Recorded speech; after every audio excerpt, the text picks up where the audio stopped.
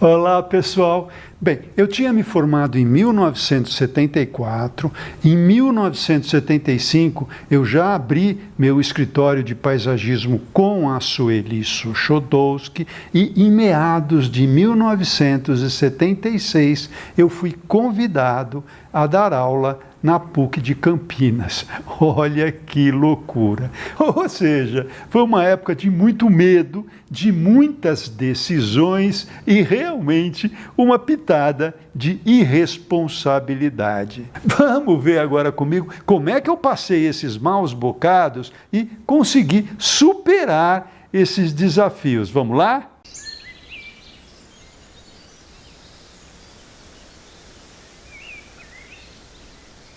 Bem, nessa época eu estava no escritório com a Sueli desenvolvendo ali vários trabalhos e ela foi convidada a dar aulas no Mackenzie.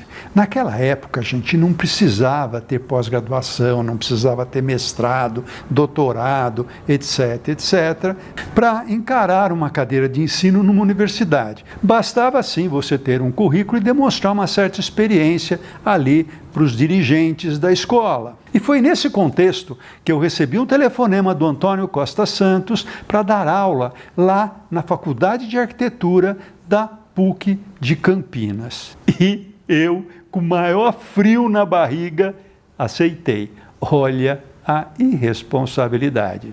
Bem, vale a pena eu fazer um parênteses aqui para contar um pouquinho quem era Antônio da Costa Santos, o Toninho. O Toninho foi meu colega de turma e a gente estudou desde o primeiro ano da FAU, tivemos muito contato, íamos beber chopp junto, etc. E ele era de Campinas. E uma das coisas que me impressionou muito no Toninho foi assim que ele se formou, ele não foi procurar uma sociedade, ele não foi procurar um emprego, ele simplesmente abriu um escritório e colocou uma placa, arquiteto recém-formado. Isso eu achei o máximo. E logo depois, em 1978, o Toninho compra uma propriedade histórica lá em Campinas, que é a Casa Grande e a Túlia. Esse conjunto arquitetônico ele restaurou, foi morar lá e anos depois essa propriedade veio a ser tombada pelo IPHAN a nível nacional.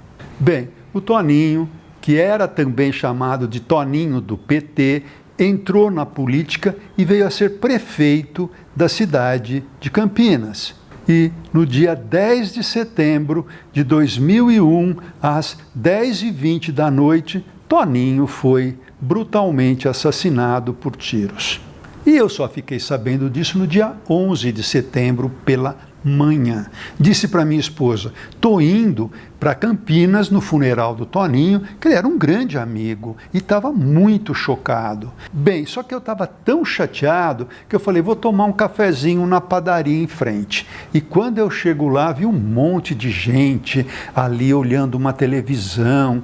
Olhei também na televisão, vi um avião batendo numa torre. Falei, ué, que filme que está passando? Aí o dono da padaria me disse, não, está acontecendo um ataque nas Torres Gêmeas. E realmente, logo depois, já falaram de um possível ataque no Pentágono, etc, etc. Falavam também numa terceira guerra mundial, e foi nesse contexto, então, que a morte do Toninho foi abafada, e até hoje essa morte não foi muito bem explicada. Bom, mas voltando lá para o ano de 1976, me disseram que eu iria dar aula com uma arquiteta que se chamava Ivone. A arquiteta tinha pouca experiência em paisagismo, tinha também o professor Noriega, que era um sul-americano, não lembro bem de que país, e também se interessava ali por paisagismo. Enfim, ninguém sabia direito o escopo dessa disciplina. Isso para a primeira turma da faculdade, que já estaria indo para o 4º ano, onde essa disciplina seria ministrada. Bem, ninguém sabia direito qual era o conceito dessa matéria, mas todos tinham um grande preconceito com essa disciplina. E todo mundo me dizia, Abud, não é para falar de plantinhas, pelo amor de Deus, você não vai entrar aqui falando de plantinhas. E foi justamente com essa pressão que eu encarei ali as primeiras aulas. No primeiro dia que eu entrei na sala de aula, eu fiquei perplexo. os alunos eram muito mais velhos que eu. Em geral, esses alunos estavam lá porque eles já faziam arquitetura, eles já desenhavam ali casas, prédios, só que eles não tinham diploma. E sem o diploma eles não conseguiam o CREA. E sem o CREA eles não poderiam assinar as plantas, eles não poderiam ter ali um certificado de responsabilidade técnica sobre aquela edificação. Então, eu ali com meu escasso repertório, tanto teórico quanto prático, tive que enfrentar aquelas feras que tinham muito mais experiência, muito mais escola do que eu. Resultado, as aulas eram de quinta-feira e eu ia completamente sonado, porque eu não conseguia pregar o olho na noite de quarta para quinta. Como eu não podia falar de plantinha, eu comecei a estudar e aplicar nas aulas os conceitos do Gordon Cullen, do Kevin Lynch, que falavam de percursos, de sensações, de como descobrir e de como perceber a paisagem urbana, como se localizar nas cidades através do desenho da paisagem. Ou seja, foi um ano de muito estudo, foi um ano de muita dedicação. A gente começou a fazer vários exercícios, como, por exemplo, pegar um trecho da planta da cidade e começar a pintar de preto os espaços livres, ou seja, aqueles que não tinham edificação, para eles começarem a sentir a importância do espaço vazio dentro do tecido urbano. Fazíamos também implantação de edificações num determinado terreno, para que eles percebessem que, conforme você mudava esse volume, essa edificação dentro do terreno, sobrava um espaço que não era uma sobra, e sim era um espaço importante de lazer, e ali poderia caber mais ou menos equipamentos. Por exemplo, se a edificação ficasse mais para um lado, eles poderiam ganhar uma quadra. Agora, se ela ficasse no centro, não seria possível ter essa quadra. Isso também acontecia com o local da piscina, que deveria estar sempre insolado, de preferência na face norte, ou então do playground, que a melhor insolação sempre é o sol da manhã. Ou seja, eles começavam a perceber que, conforme a edificação era implantada no terreno, ela era responsável por melhor ou pior qualidade daquele espaço restante, muito importante para a vida diária das pessoas.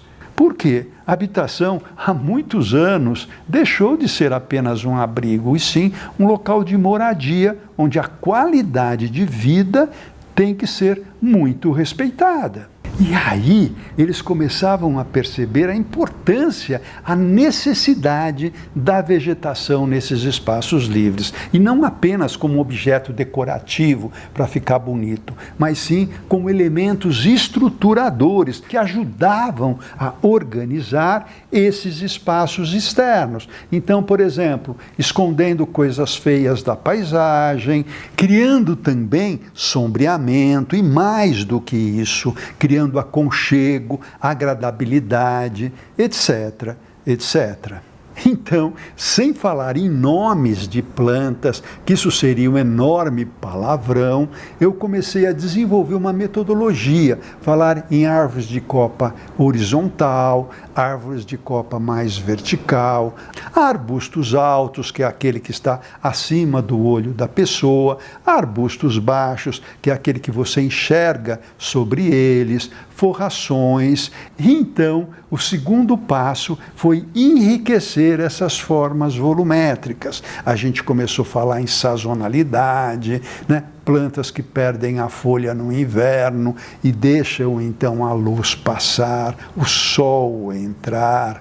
E essas plantas ficam folhadas no verão, que é exatamente a época que você precisa de sombreamento. Começamos a falar do paladar através das frutíferas, das plantas aromáticas através das flores, da questão da visão. E aí me caiu a ficha, que é a primeira frase do meu livro Criando Paisagens, que paisagismo é a única expressão artística que podem trabalhar os 5 sentidos humanos.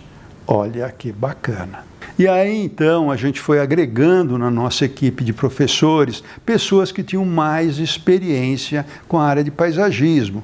Trouxemos a Cecília Barbieri Gorski, que já tinha uma prática profissional juntamente com a Rosa Clias, o Vladimir Bartalini, que trabalhava na EMURB, também fazendo paisagismo. E notem que em ambos eu mostro a foto deles nessa capa das entrevistas que eles deram para o quadro da arquitetura no Brasil, feita pelo professor Silvio Soares Macedo, que também foi nosso colega de turma. Trouxemos também a Clara Kaiser, que teve uma experiência muito interessante e importante lá no escritório do Roberto Burle Marques. E foi com esse quadro de professores espetaculares que eu fui dando aula lá em Campinas até o início da década de 80, quando eu fui convidado a dar aula na FAU. Mas isso é motivo para um outro vídeo.